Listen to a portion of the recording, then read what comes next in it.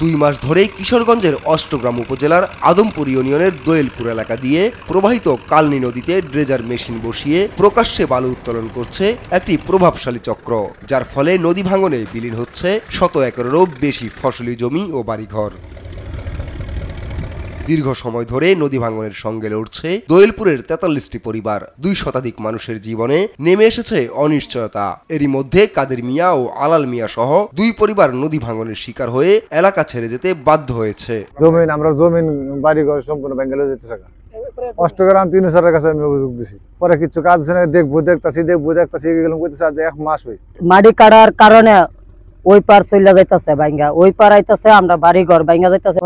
মাটি না ঠিক করে মাটিটা নামা জায়গা আমরা এই বাঙুনিটা যেটা বাংছে এটা যদি বস্তা দিয়া ওই বরট করে দিত আমরা থাকতাম, নাইলে আমরা অসহায় মানুষ আমরা জাউনগা লাগবো। আমরা চাই আমরা বাড়ি টিকে থাকতো, আমরা গাঙ্গর মাটি না কাটতো, নাই তাহলে আমরা অসহায় মানুষ, আমরা গরিব গাঙ্গাল মানুষ, আমরা জীবতলি আমরা কত কষ্ট করে আমরা লাগছি, আমরা জায়গাটা গুদু বলট করে দেন, নাই তাহলে আমরা বাঁচতাম না, আমরা জীবতলি আমরা যামুগা।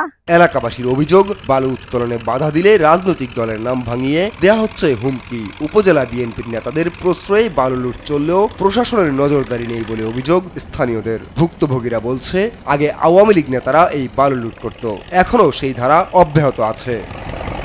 এদিকে অভিযোগ অস্বীকার করেছেন অষ্টগ্রাম উপজেলা বিএনপির সভাপতি আবু সাইদ। আমি এরকম কিছু জানি না, তো আমি নিজে একদিন খোঁজ নিচ্ছি, স্যার জানে না, ওসি স্যার জানে না, আমরাও জানি না। উপজেলা নির্বাহী কর্মকর্তা বরাবরে লিখিত অভিযোগ দিলেও বন্ধ হচ্ছে না এই বালু উত্তোলন। এ নিয়ে জানতে চাইলে ব্যবস্থা নেওয়ার আশ্বাস দিলেন তিনি। আইন অনুযায়ী যে আইন আছে সেটাতে ব্যবস্থা নিব, বালু মল এবং মাটি ব্যবস্থাপনা আইন অনুযায়ী ব্যবস্থা নিচ্ছি।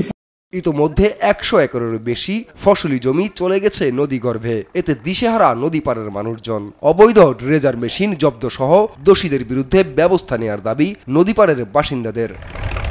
নিউজ ডেস্ক, দেশ টিভি।